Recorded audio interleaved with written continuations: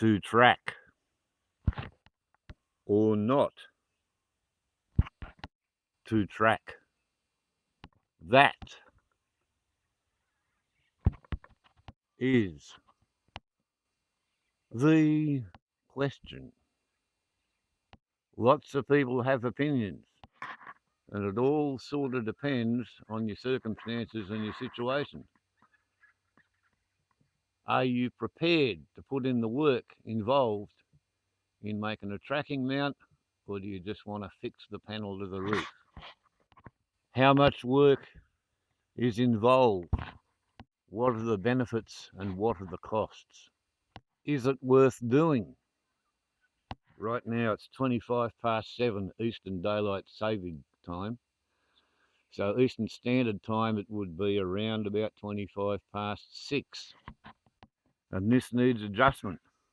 Okay, so this view shows both the tracking arrays. And you can see the difference in the two systems. Now I'm going to go down and adjust the 20-watt panel. Okay, so there it's just had about a 15-degree adjustment in azimuth and altitude. Whereas the Tower of Power, it's got 135 degrees of daily tracking on an equatorial mount. So it's an hour after sunrise and it didn't need any adjustment at all. I'll come back in another hour and see what we've got to do then. 12 minutes past 8. Showing us 7:30 here. 7:35 here. 7:30 there. And the centre of the time zone is at Moree, about 130 miles west of here. So therefore, daylight saving time is about 3/4 of an hour in front of local apparent time, the time determined by where the sun appears in the local sky. And the fact that you can read the time on the south vertical face of a sundial neatly illustrates one of the problems of a fixed solar array. This shed is aligned true north-south, true east-west. So this front roof here is exactly east-west. And you see how the sun is in the sky, but it is south of east. We have to come out here to actually see the sun. So what happens in the summer half of the year, if you've got your panels aligned with the meridian, being the line which runs from the South Pole to the North Pole, then the sun rises to the south of your panels because that sun rose down there. So it's only just now beginning to shine on the panels, even if it gets past the tree shadow of the horizon.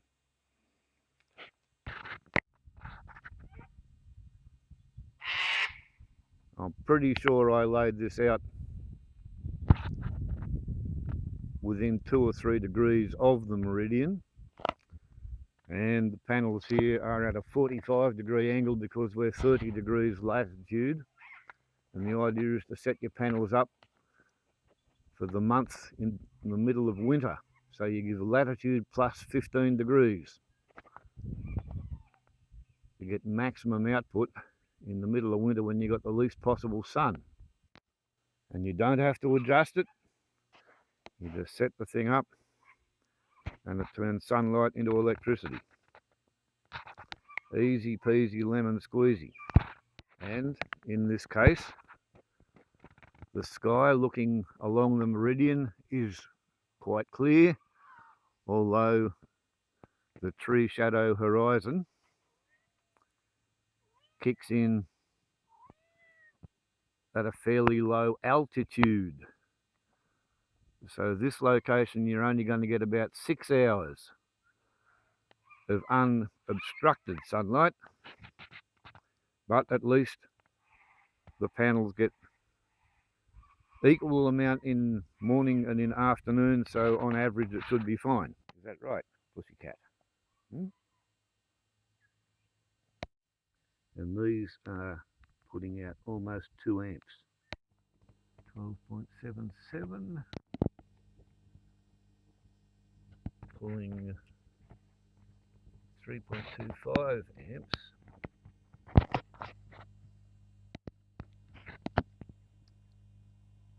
To run the fridge, and the inverter's sucking nothing. So that's your theoretical standard set and forget system. And because the price of solar panels has come down so terribly low, this is what most people go with, because having a tracking array, while it does raise the output of any particular array by 32 to 35%, depends on the textbook you read, the standard answer from the commercial economist is that you just buy another couple of panels and put them firmly mounted on your roof, and you don't worry about optimizing the output efficiency of the panel. You just put it up there and leave it alone. 7:45 local apparent time.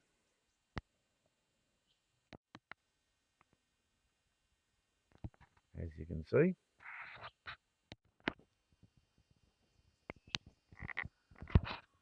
that's when the sun is sufficiently high in the sky as to be perpendicular to the array on the tower of power, which, because of its offset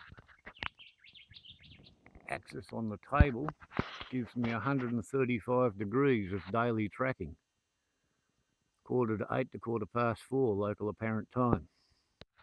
And the south face of the tower is perfectly lined up with east-west, and as you can see, the sun is still slightly south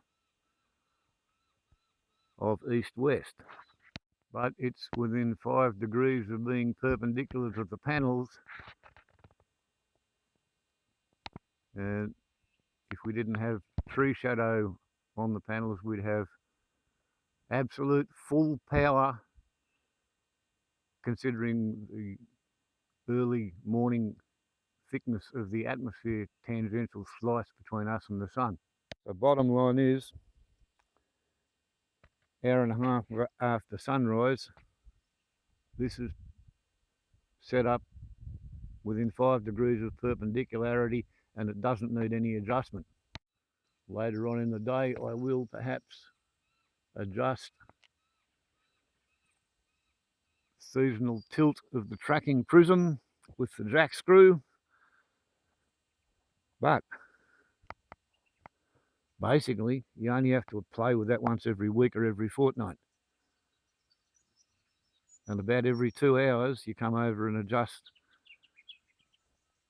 the equatorial tracking angle, and that'll keep you within 15 degrees of perpendicularity. It's a very easy system to keep on track. Whereas this, which kind of looks simple, requires at least 2 adjustments, and it requires them every hour. It's an hour since I set this thing up to be perpendicular.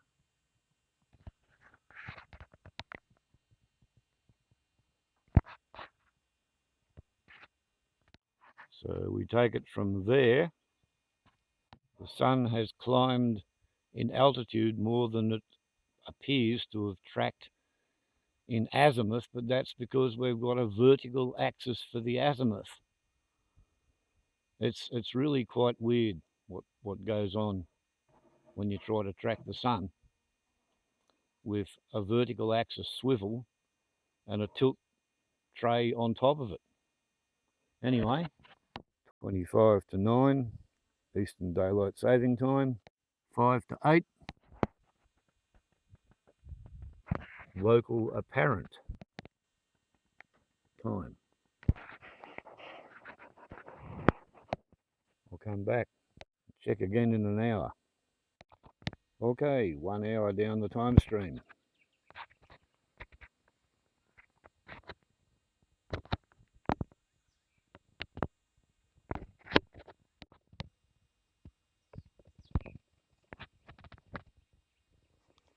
And now we get to read the time on the north face.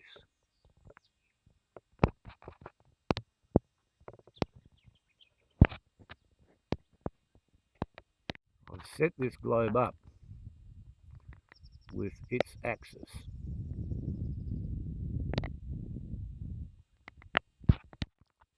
Parallel with the axis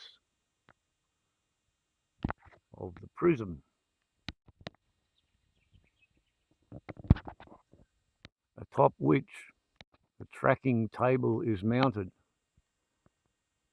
And as you can see by the sundial on the mass balance counterweight, this is now 15 degrees away from being perpendicular to where the sun is, and the sun is, quote, in front of, unquote, the solar panel.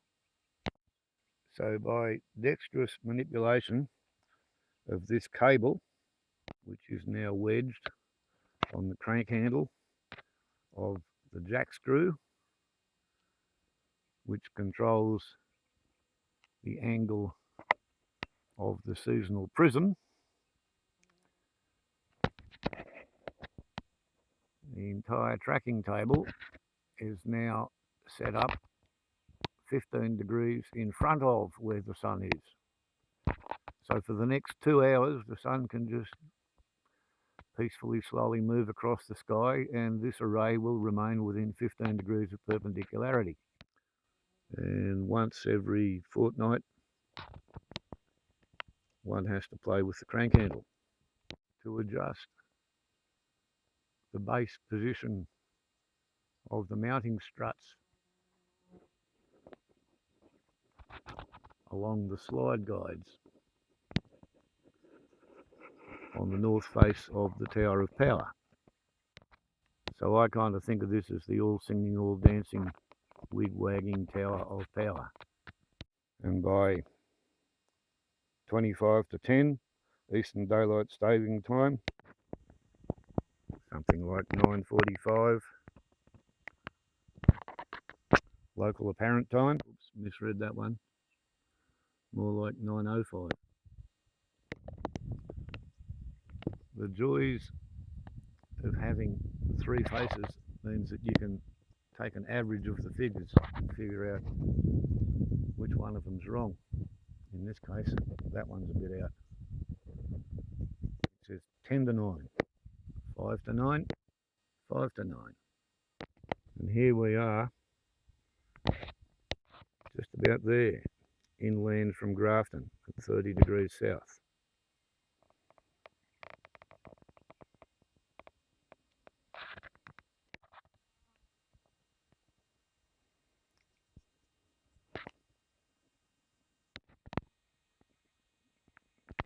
So now, once more, it's time to adjust the little panel which I thought would be perhaps a simpler way of tracking the sun. And there is our comparative view before adjustment and after.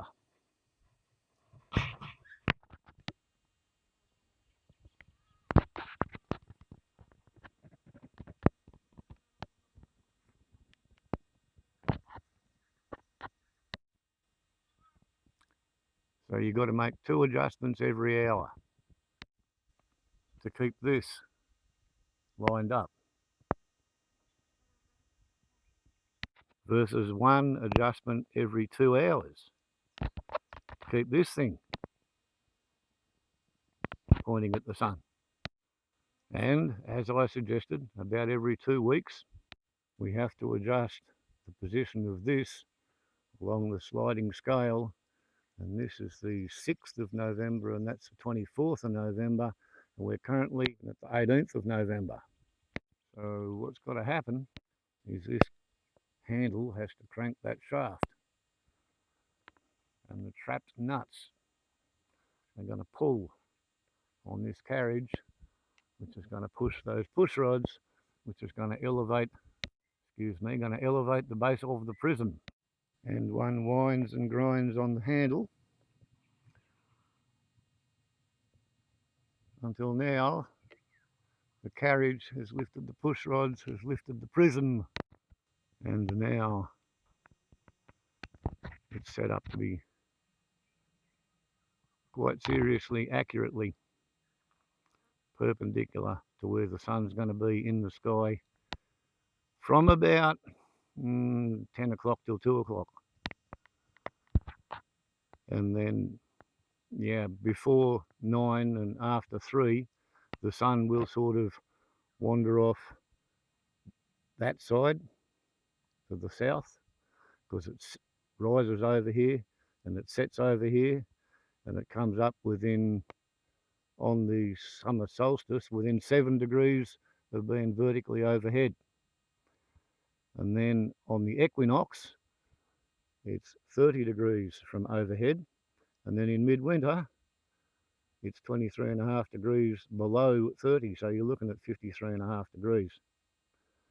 So therefore, fixed solar panels should be set at latitude plus 15 degrees, which here is 45 all up, because we're 30 degrees south, 30 degrees south, 30 degrees south, 30 degrees south, 30 degrees south, 60 degrees for perpendicularity on the equinox.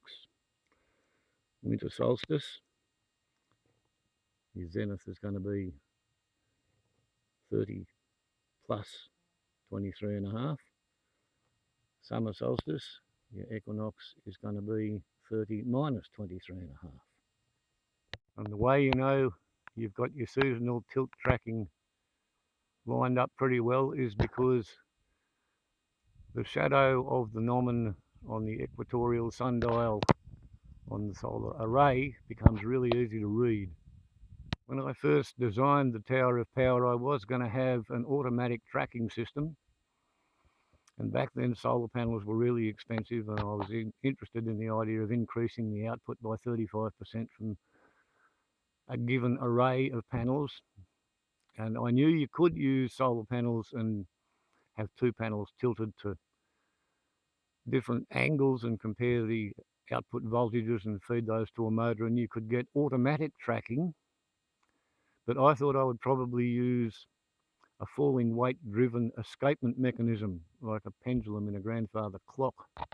And you'd have to come over here and wind the weight up in the morning and set the panel for early morning position, and then leave it to just tick tock, tick tock, tick tock, tick tock, and work its way across the sky. But then I got 2 little 10-watt solar panels and a circuit diagram which told me how to use, I think, 4 diodes and 2 panels set at converging angles to fight for control of a single 12-volt electric drill. And with a belt reduction drive, this particular cable could be routed across the belt reduction drive, and the electric drill with the 2 panels and the 4 diodes could look for the particular orientation of the tracking array, which had both the panels pointed equally at the sun, getting equal amounts of power, and the drill doing nothing. And when the sun moved along and it shone on one panel, for example, it would shine on this panel to feed the drill, to drive the table, to move back into perpendicularity, and when the output from this panel equaled the output from that panel, then the table would stop. And in theory, it would track its way across the sky all day. And on a day like today, with not many clouds in the sky, that would work pretty well. But when you get a lot of clouds in the sky, the 2 little solar panels fight all over the sky looking for bright spots. And when you've got a lot of cloud, a grey sky, the light is so diffuse that the 2 little panels can't guarantee to find anywhere to go, and you can wind up with your solar panels pointed at anywhere when the sun finally does poke out from behind the cloud. Your electrically driven system stops because of thick cloud in the morning when the sun's out over there somewhere, and it stays frozen there, and then later in the afternoon the clouds go away and the sun breaks out over there, you're going to have your electrically driven system with the sun shining on the back of the panels, and unless you come along and manually rescue the situation, yeah, it's not going to be a big help. Therefore, thus and because, the two little 10-watt panels remain two spare 10-watt panels for use on other projects. And because this system works so very well, even on the clunky old-fashioned manual system where you have to walk over every couple of hours and make one single little adjustment, and every couple of weeks you make a different adjustment, I've never actually got around to putting a handle and a roller onto the cable so that, you know, it's got a permanently finished system. The cable is mounted on springs in tension at both ends. So that's enough to lock it in place in any position. One might want to adjust the array. One is a hillbilly. If it ain't broke, don't fix it.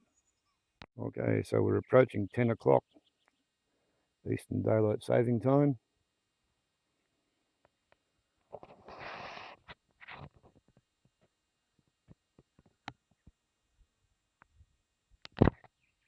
Five past 9.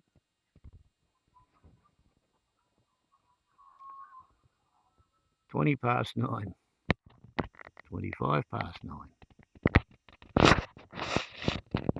Average your figures to get the actual local apparent time.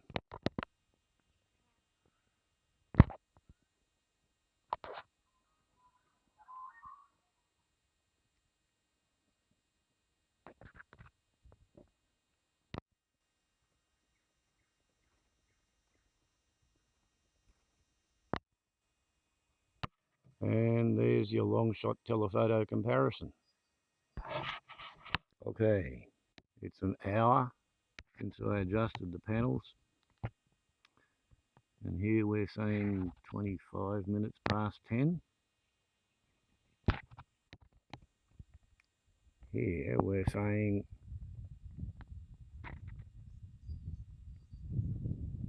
I'd call that 10 past 10. Here we're showing 25 past 10. So there we go. Somewhere around 10:15. Local apparent time for a daylight saving time of 11. All sounds roughly about right.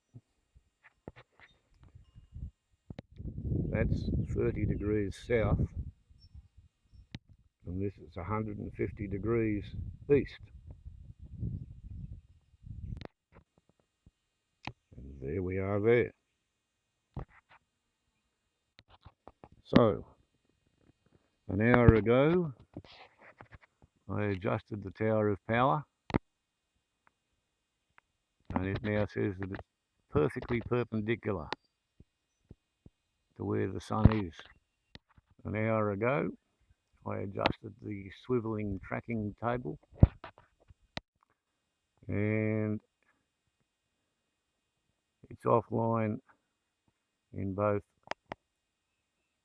altitude and azimuth, with the camera mount braced on the end of the guttering, handheld, before adjustment.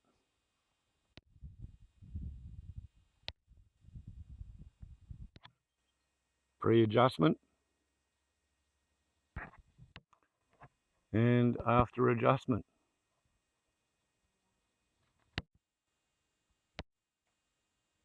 Calibrating to hand on the gutter.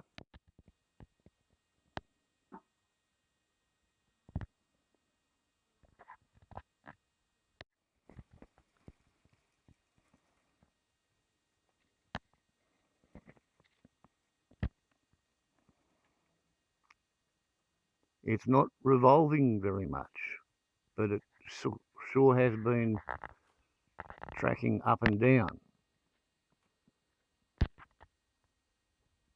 So whereas if you really wanted to have a solar panel driven electric drill powered automatic tracking system for this type of a tracking tower of power, then one electric drill and two solar panels and about 4 diodes would see your way clear to doing it. You have to reset it manually every morning or every night, up to you. And it would get bamboozled by part cloudy days with bright spots all over the place. But you could do it. And yeah, in theory, you could do it with this system as well, but you would need 4 little solar panels and 2 little electric motors or servos. And you would have to have pretty close to 220 degrees or so of azimuth, that's tracking around the horizon, and then you would need 90 degrees of tilt table altitude tracking. And your 2 pairs of solar panels would fight with each other for control of the 2 motors. And to have a big enough array to make all that worthwhile, well, you start getting into issues regarding structural strength and wind loading. So, funny thing, I got the idea for this 20 years or so ago when a friend of mine who got turned on to solar panels from talking to me too much, he decided to make himself a trackable solar mounting. So what he did was that he mounted his panel at 45 degrees to the vertical axle, and he allowed his panel to turn 360 degrees, and he had a hand control wheel, and he had basically one pole inside another pole, circular tubes, and his support pole was the outer pole, and the panel was on the inner pole, and therefore he was able to turn it at will. And he thought that was going to give him a really good tracking mount, and it was better than no tracking mount, but it meant that his solar panel was more or less 45 degrees out of track in terms of vertical elevation or altitude. And so Muggins here suggested mounting the solar panel on the top on a bracket on a hinge with a cable and a spring was the original idea, but eventually by the time I got around to building it myself, I decided to just have an offset hinge line and allow geometry and mass balance and weight to try and pull the solar panel vertically, and then give it a bell crank and let the bell crank pull on the short end of the moment arm and bring it down to a lever with a ratchet scale. So the high tensile fence wire is always in tension, fighting against gravity. So finally, eventually, I had an excuse to build a vertical tilting 2-axis solar panel mounting in order to put myself in a position where I've got one of each sort of a system in order to compare it, or compare the two, and be able to compare those two against a fixed array that's actually running along the meridian and set up at the correct angle of the dangle. Then compare that with a fixed horizontal streamlined array, third generation descendant of an omnidirectional streamlined array, all in contradistinction to this, which from a lot of perspectives has got a lot of things going wrong with it. Part 1, line 1, it's not lined up with the meridian. The meridian is lined up with the wall of the shed over there to the other side of the car and to the right of the tower of light and shower. This system is instead mounted at the quote correct 45 degree altitude angle, but critically this panel mounts onto 2 pieces of angled steel which are screwed straight through the corrugated iron of the actual roof into these wooden 4-inch by 2-inch purlins, I believe the technically correct builder's term for them is. And the point is, that's pretty much the only spot on the entire roof where you could go straight through the corrugated iron into the purlins and get a secure enough mounting to be able to withstand the aerodynamic wind loads that that panel is going to put onto the roof. And you wouldn't want to put it onto the insulated sheet steel roofing panels, which have been galvanized tie strap pop riveted on top of the original 3 metre by 4 metre sheet steel garden shed. And whereas technically in theory, yes, I could have built an offset table so that I could get that panel aligned with the meridian, however, by leaving things as they are, what looks to be the sloppy way, it means the whole thing is biased towards the great big blue hole in the sky. So it gets sun on that panel very early in the morning, and then in the afternoon, it's relatively early on that the shadow gets in the way of the sun for that panel there.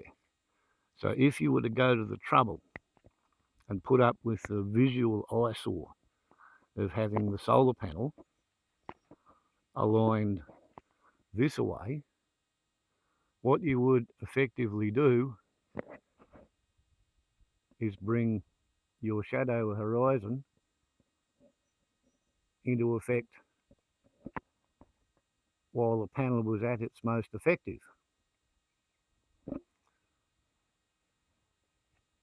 Leaving the panel misaligned as it is, it means you're facing the centre of where the sunlight is going to be coming from unobstructed.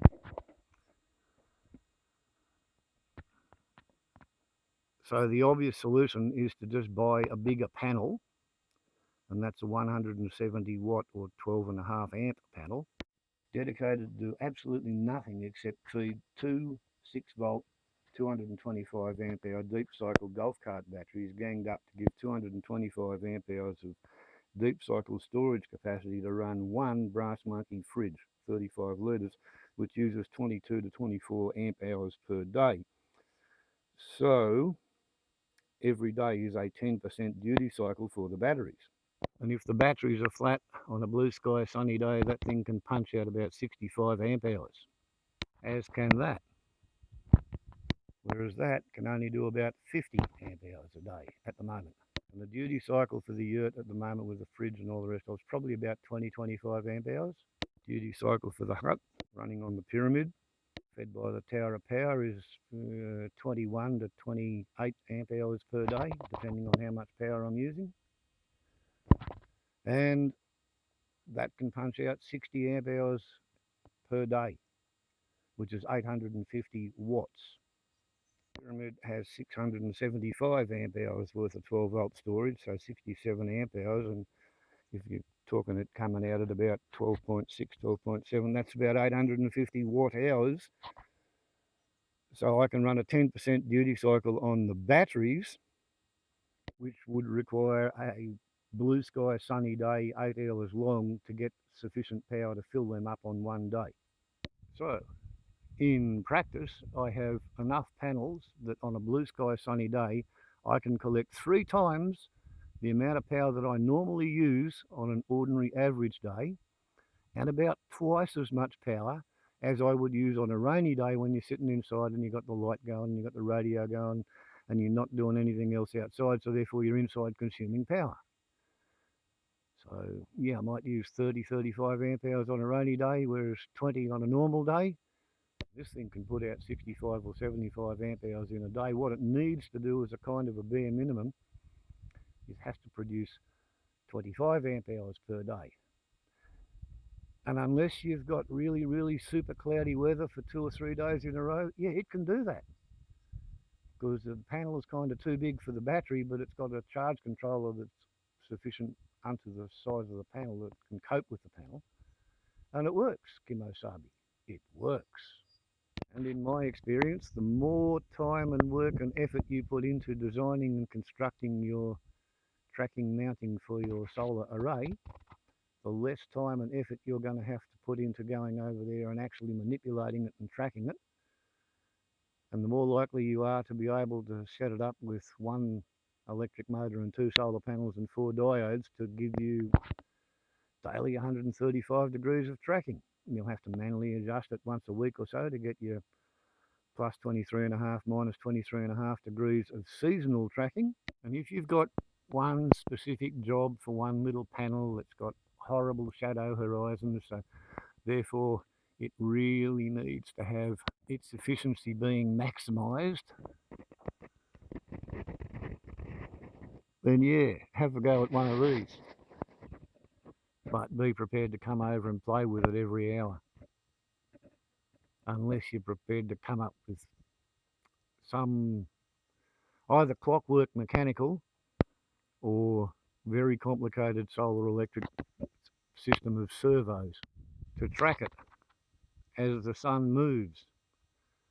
It moves across the sky at a different variable rate to the rate at which it climbs and descends.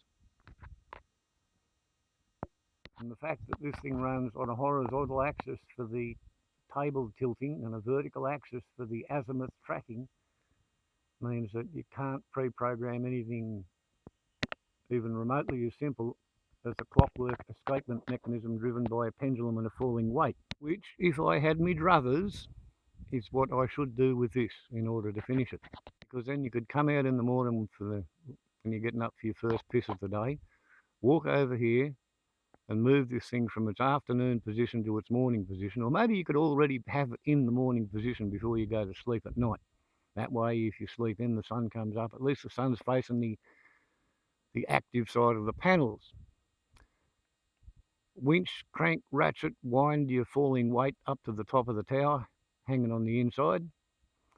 Engage your escapement, which is pendulum controlled, just like a grandfather clock.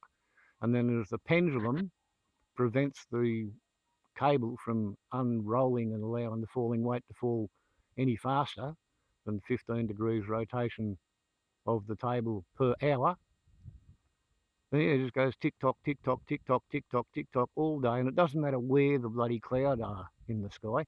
It doesn't matter where the transient bright patches are. You don't wear out your electric motor and your diodes hunting all over the sky. You can't get marooned when you get, a really cloudy morning and then really bright afternoon and your panels are facing the wrong way and your automatic system doesn't work, because the falling weight just tracks the whole thing across the sky. That would be the ultimate refinement. But whether I can be bothered doing it to compete with the idea of just every couple of hours go over there and move the panels 30 degrees, I don't know. It's an awful lot of buggerising around with a system that's working pretty well at the moment. Laziness may win the day. 11 o'clock local apparent time.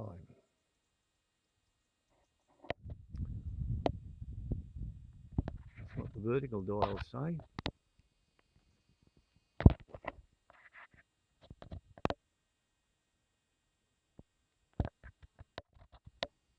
Versus 12 minutes too. Small differences give big result variations. Once upon a time this thing fell off the table and that top nomen broke off, and I put it back together, but I think the glue has slightly warped. So that's why it's very stiff, but it's offline that way. Once again, that's why you have cubic sundials, so that you can be right on average.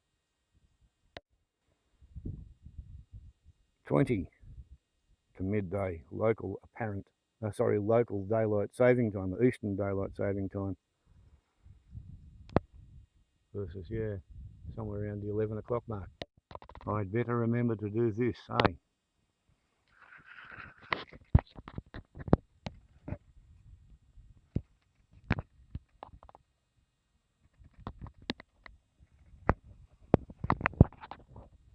Okay, approaching midday, daylight saving time. 5 past 11. No longer reading on the east vertical dial. 22 past 11.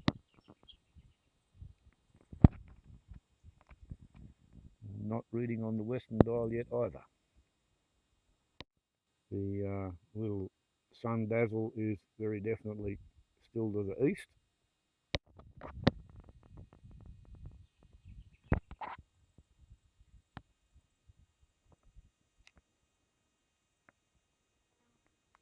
Twang. See?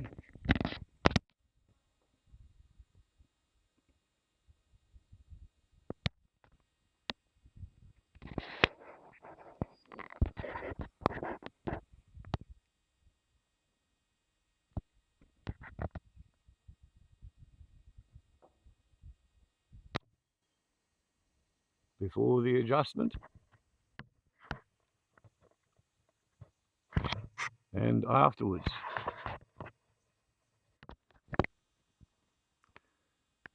Golly gosh, gee days, shucks, look at that. Yet another sundial.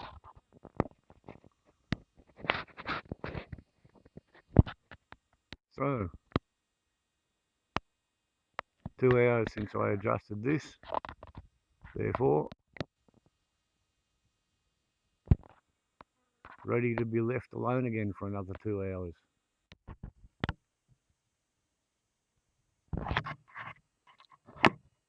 There we go. If I could have come up with a better position from which to use a telephoto 5 power shot to get a comparable view of the two systems, then I'd be somewhere else and somewhere closer, but this is kind of the best I can organise. And this particular bit of placement, it puts the 20 watt panel superimposed over the top of the spotlights on the tower of light and shower. So not an uncluttered view, but it is one that works. And just by the by, now if you look at the sky, you see what I mean about the virtues of having that panel on the roof feeding the batteries that supply the electric fridge, having it point out into the morning sky, because generally by the middle of the day you've got clouds coming in. Even if you start with a clear blue sky, you won't retain a clear blue sky in the afternoon. So that's a point in favour of having some kind of a tracking system. If you've got a sunny morning and a cloudy afternoon, you'd be bloody glad that you got your panels pointed at where the sun was for the half of the day when the sun was shining, morning or afternoon. If you've got dappled clouds wandering across the sky, you're going from really dark, deep shadow to really bright sudden sunlight, you'll get some peaks and troughs in your solar output that'll frighten your charge controller, because cold solar panels in bright sun put out a lot more current than sun-warmed solar panels do in the same intensity at the same time of day. In fact, if you don't want to go to the trouble of tracking your panels, and if you've got the water supply and if you've got the drainage, just spray water on your panels every 5 minutes. And if you can bring their temperature down to 10 degrees Celsius, then on a 30 or 35 degree air temperature day when the panel would otherwise be between 50 and 60 degrees, you'll raise its output by 35 or 40%, which is as much or more than you could increase its output by tracking. But you need a lot of water, and you're going to have a very big mud pie quagmire underneath your solar array. So it's not just because having a tracking array allows you to feel good about yourself because you've got your panels running at maximum efficiency because they're always pretty close to being perpendicular to the sunlight. It's not just that, and it's not just because it's really, really irritating to look at your panels before 9 o'clock in the morning in summer and after 3 o'clock in the afternoon in summer. and realise that the sun is shining, but it's shining on the back side of your panels, because that's what happens as the sun moves north and south across the horizon, as well as moving east and west across the horizon. And it's not just because by convention you're supposed to be able to generate about 3 times as much power in a blue sky sunny day as you're going to actually use. So generally, given average conditions, you're probably going to produce about twice as much as you're actually going to need, unless it's really raining. And then when it has been raining, you want to be able to refill your batteries within a day or two. You shouldn't ever actually need to have a tracking array in order to get through the day under normal conditions. But it sure is nice to be able to get your panels working at maximum efficiency during whatever part of the day there is full sunlight available. If you're only going to get a couple of hours a day, it's good if your panels can be working at maximum efficiency during those couple of hours when the sun is getting through past the clouds or around the clouds. It's probably a justifiable statement to claim or assert or suggest that if you've got this style of a tracking mounting, you might save yourself 4 or 5 nights worth of having to run your generator per year, because you're able to maximize the panel's output at times when it's really kind of critical for the panels to do as much as they can in the time available, or to generate as much as possible during low light conditions. So yeah, from preventing fossil carbon emissions from the backup generator, I think it's probably worthwhile tracking the panels. I don't think that it's a worthwhile project to add 2 little 10-watt panels and an electric drill and 4 diodes. So yeah, this little setup uses about 25 or 30 amp hours a day, kind of maximum, and it can generate 50 amp hours a day blue sky. Normally by 10 or 11 o'clock the batteries are full and the charger's got the panels functioning as ornaments. But it's now got a fridge, so every probably 15 minutes it sucks on the system for 3.5 amps for 5 minutes or so. So yeah, the panels have got something to do all day. And if you're genuinely not going to be around to adjust your panels, and if you can't be bothered going to all the rigmarole of having some kind of a tracking mount, then nail down the meridian, latitude plus 15 degrees, set the whole thing up so that it gets maximum output in the middle of the winter, and then the rest of the year you're going to have more power than the batteries are used to in the worst possible conditions. And you design so that in the worst possible conditions you've still got enough power. So midwinter is what you design your system for.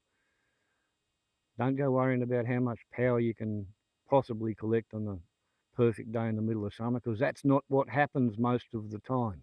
If structural integrity conflicts with alignment, and if pandering to structural integrity works well with the shadow horizon constraints, then yeah, by all means, put your panel at some moderate degree of misalignment. In this case, I think it's 23 degrees out of line with the meridian. Because the crazy hillbilly who wanted to build the place was going to maximise it for early morning sunlight. So he twisted the whole house. And then, having learned better, the machinery shed gets to be lined up with true north. But the hut is parallel to the shed house. Think of that as a veritable illustration of the principle that you live and you learn, or you don't live long. 5 to 1, daylight saving time, midday, quarter past midday. Oh yeah, okay, that one actually says 5 past midday, so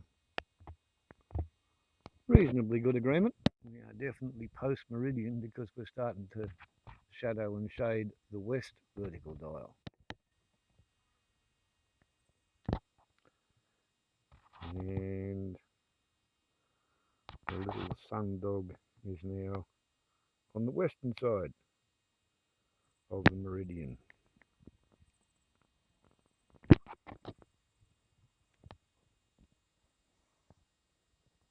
twang.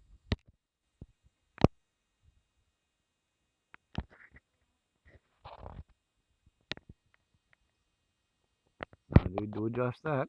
One thing wrong with this device is the generator hutch tends to wriggle around slowly over the time, so the sundial is always only an approximate indication. And brace.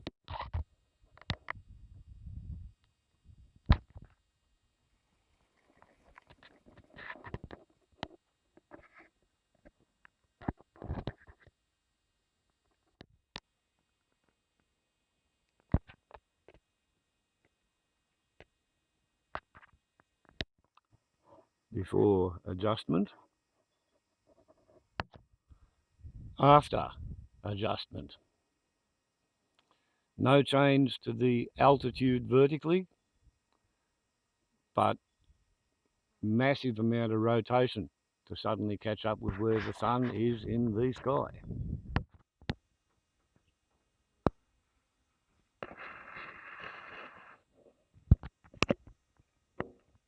And brace.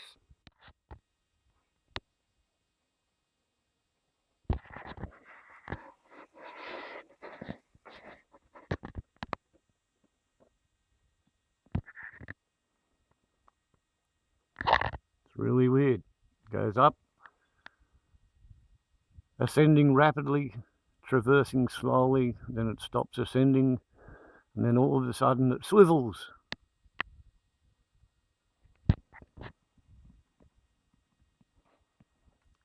So you can't do that with a predictive motor-driven mounting. It would take two pairs of panels and two servos. And if you had a large enough array to be worth doing it to, it would be very, very expensive to engineer something that was strong enough to cope with it, with a single point junction up there like that. Not at the actual centre of gravity or the aerodynamic centre of pressure, because it's all set up for mass balance loading. So that the bell crank line is in tension perpetually. It really is only going to be the aficionados who build themselves something like this to run the light in the shower, shining in the toilet.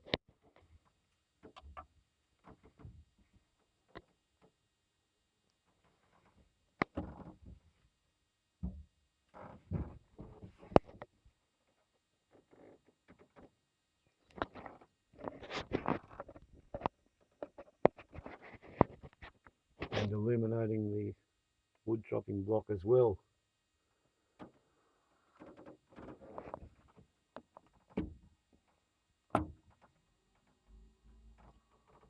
As operating the exhaust fan for the Eco-Loo Aussie pod.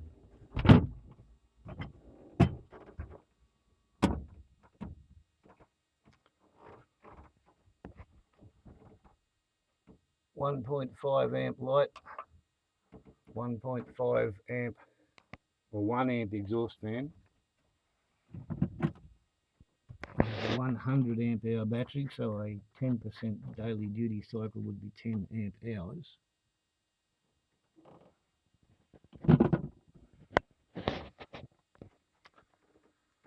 And as well as the 3 amps drawn by the fan and the light combined, assuming that that's what's going on at night time, plans are afoot to store 100 litres of runoff with which to feed a 12 volt LP gas burning portable camping shower that runs 3 litres per minute, which apparently provides water at something like 45-50 degrees Celsius. So with a long blonde haired daughter, or however that should be expressed, a daughter with long blonde hair, who likes 15-minute showers, 100 litres, 15 minutes at 3 litres a minute. She should be able to wash her hair. And meanwhile, this should be able to supply 5 amps for 15 minutes while protecting the battery. If it gets sucked on too hard, and it'll be able to run the light shining into the shower, as well as feeding the 5 amps or 60 watts into the electric motor, pumping water from the water tank through the gas burner into the shower. So for a quarter of an hour, a quarter of 5 amps sounds to me like 1.75 or 2 amp hours. If we speculate wildly that the reason for the shower under lights at night is in order to prepare for getting into a bath and sitting in the moonlight for a couple of hours, then you might want to have the light on, illuminating the bathtub indirectly for a couple of hours. So that would be, say, another 3 amp hours. So we're now looking at about 5.5 amp hours. And on a clear blue sky sunny day, that 1.5 amp panel up there, 20 watts, it should be able to put out at least 7.5 or 8 amp hours, even with dappled tree shadow. So once again, under a heaviest load worst case scenario,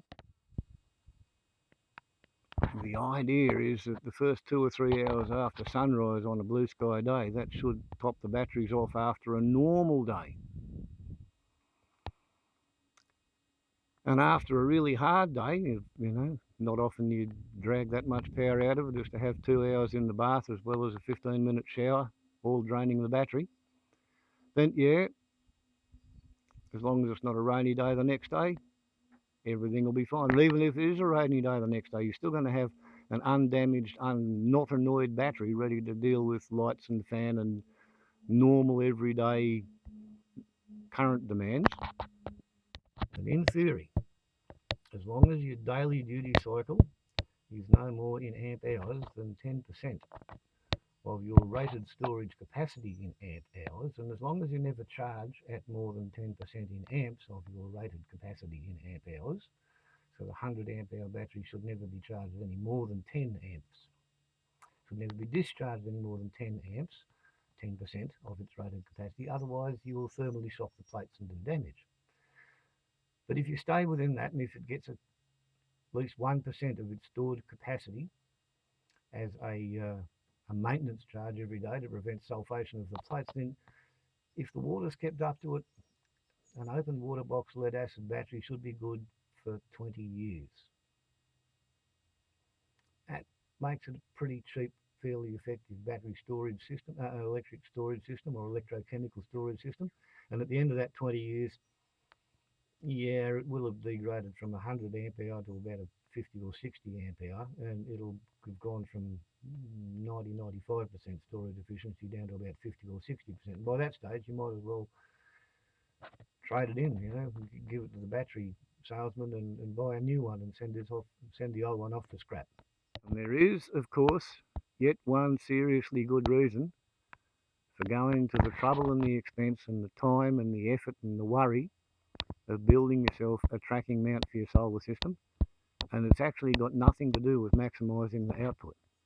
Later on in the afternoon, when the edge on this side of that lower solar panel, the bottom left-hand panel there, when it gets closer to the ground, I will illustrate for your education quite why it's a really, really good idea to have gone to the trouble of having a tracking mount for your solar array. Okay, 5 minutes to 2 Eastern Daylight Saving Time. And we look like we are maybe 5 minutes past 1.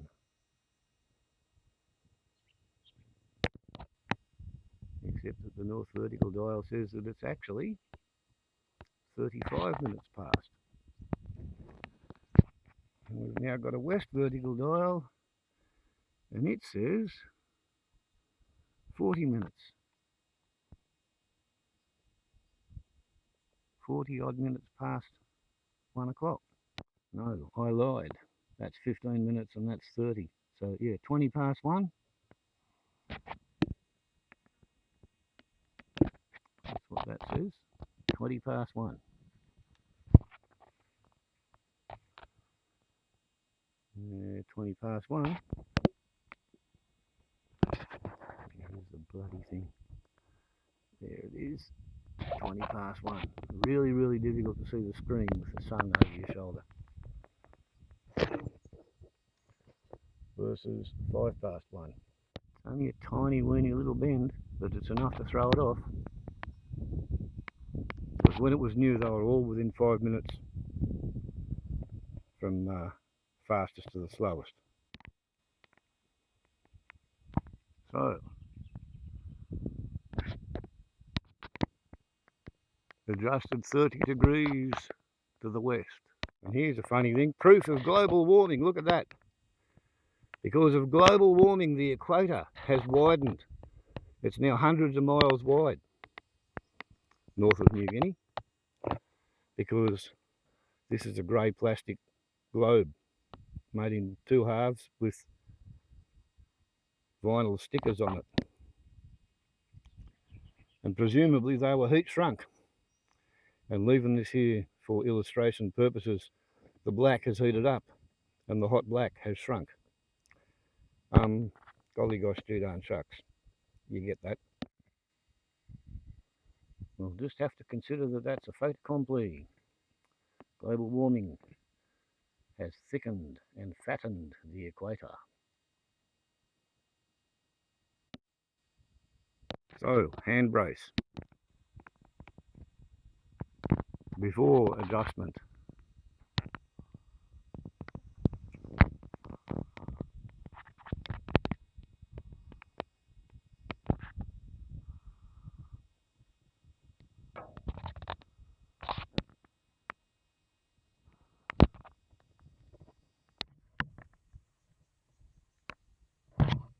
There we go. And after adjustment.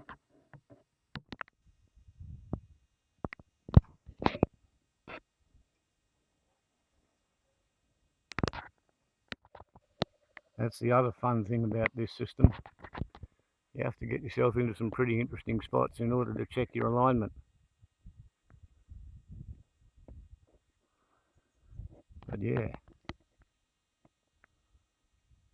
that is perpendicular at the moment. 5 minutes to 3. Daylight saving time. Oh, we've just faded out. Shadow blocked. Maybe, baby. It is working its way towards the edge of the cloud. Gradually, slowly. Soon there will be light. You can see that shadow there. I can see that shadow there. It says it's just past 2 o'clock.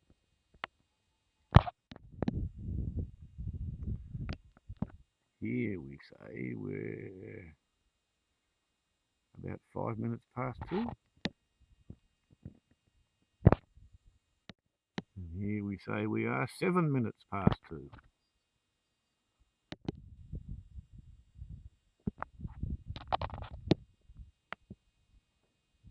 Endless hours of fun in the sun.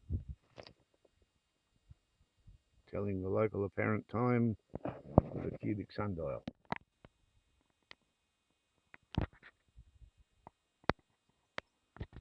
Yep. Perpendicular.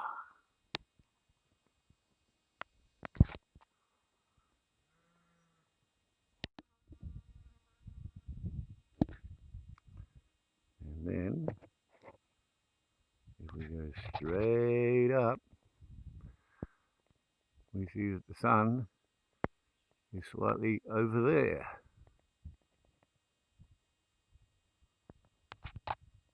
And rest.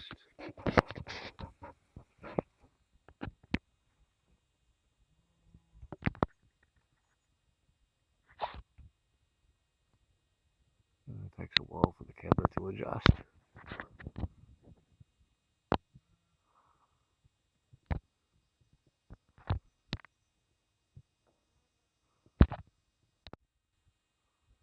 Before the adjustment, after adjustment. Hand rest.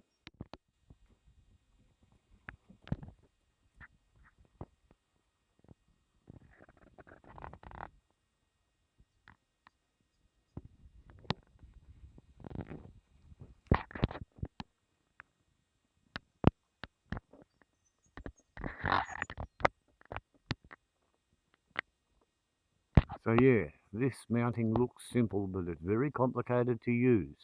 This mounting looks complicated, but it's very simple to use. And you know, I told you that I had a bit of a story to expound upon concerning the edge of the panel. As it turns out, difficult to illustrate, but on the bottom edge of that solar panel, precisely there is in fact, just there, can you see the bend in the line? That is where a hailstone hit the edge of the solar panel. Fair and square, straight into the edge. Dong. There is another view, top lit, viewed from the bottom at intersecting angles in order for the shadow and the light play to show you where the dent is. And the reason that hailstone hit on the edge of the solar panel is because you can turn your solar panels to be edge on to either the east or the west. And if you really have to, you can wind the seasonal prism down until it's lying flat on the north face, and you can get your solar panels to be at a pretty steep angle to the south or to the west or to the east. And so far, owing to the vagaries of Coriolis force and the fact that we do in fact live on an oblate spheroid that's rotating once around its axis every 24 hours, you don't actually get much in the way of wind going directly from north to south. So yeah, an equatorial solar tracking mount enables you to turn your solar panels sideways on to any hailstone coming from any hailstorm in pretty much any direction of the sky, as does this.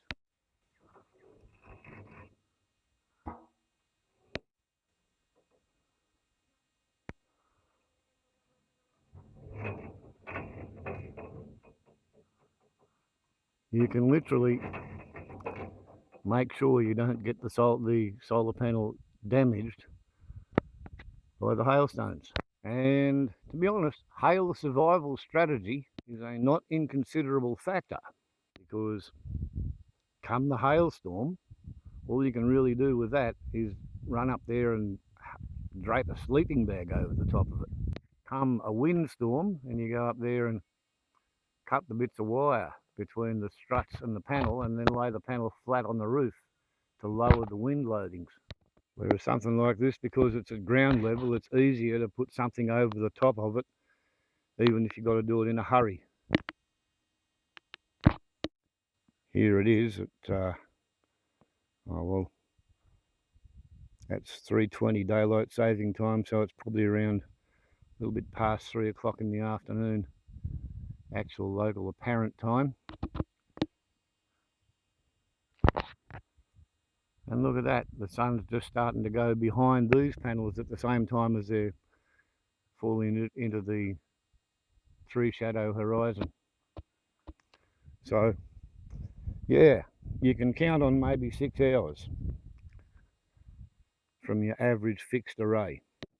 And in the middle of the day, there'll be 4 hours where it's at pretty much maximum output, allowing for atmospheric conditions, as in cloud and water vapor and smoke and smog and temperature and wind speed and all sorts of other variables. Constructing a tracking mounting can mean 35% more power on any given day than if you had the panels fixed, rigidly fixed to the roof.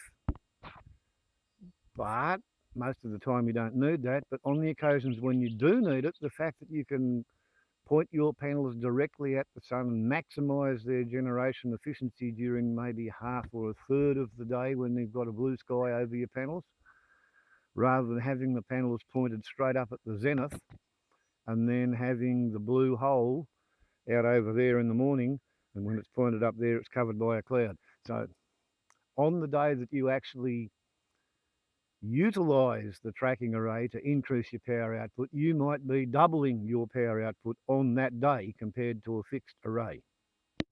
But the really big killer app type benefit is that when there's a hailstorm coming, as long as you're actually home at the time on the day and able to correctly orient your panels, then you won't have to worry about phenomenon like this.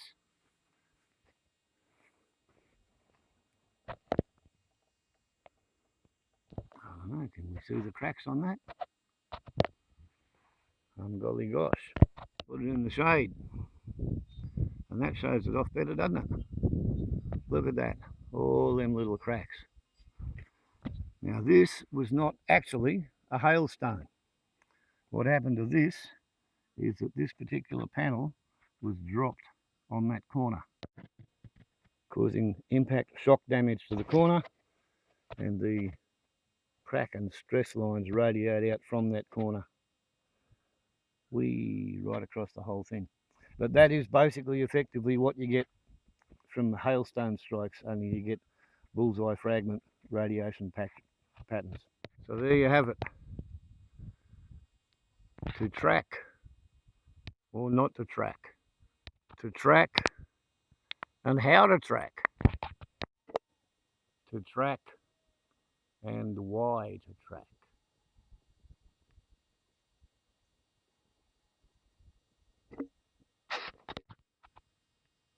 These are questions which are at least as important as is how big a panel and how much battery storage is a person going to need to provide renewable electricity without needing to burn fossil juice and without shooting in the sky for the sake of one's own convenience. Pretty soon the cubic sundial is going to be beyond the shadow horizon. 3:30. What are we looking at? 2:45.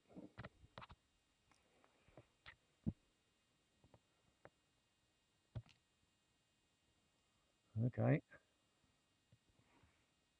Where is that? Why am I not seeing it? Okay.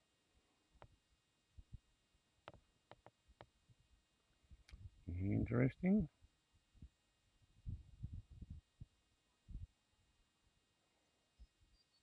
Yeah.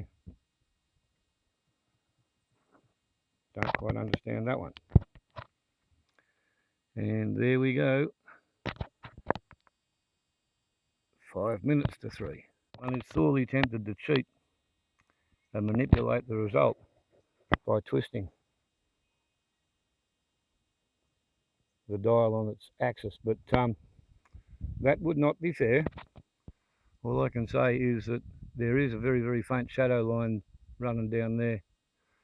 But yeah, 25 years since I made the cube out of Banksia. I guess it's not quite perfectly flat and square anymore. A bit like this Norman that's got a wiggle in it. But not bad. Not bad at all. For the age of the idea and the age of the artifact itself. Anyway, I now have to start having a shower and getting ready to go to town because it's Friday and that means it's shopping day. But I've been meaning to make this video about whether or not to track your solar panels and what are all the variables involved and How surprising are some of the observations and the learnings that you will make along the way. And yeah, to track or not to track. It's a bloody Shakespearean conundrum. You can figure it out for yourself. But all things being equal, if you've got the time, if you've got the resources, unless you want your solar panels to give you the shits on a regular basis because they're not pointing in the right direction or they're vulnerable to hailstones or they're wasting the available sunlight because the sun's behind them or on the other side of a cloud and the panel can't be turned around to point at the sun at a different time of the day, I would say treat yourself to a tracking array. It won't be cheaper, but it'll be more satisfying and you won't have to take out an insurance policy to cover yourself against a hailstorm and rely on the fact that when the hailstorm demolishes your solar array, you're just going to have get along with no solar panels while you wait for the insurance company to process the claim and the solar panel shop to provide you with the new ones and the Sparky to come out and wire it all up. It would have been so much easier if you just had a tracking array and turned the panel sideways and the hailstorm went along and bothered somebody else, somewhere else, who didn't think it was worthwhile doing. There you go. Now you know. Warbles on a lot to YouTube. Ciao.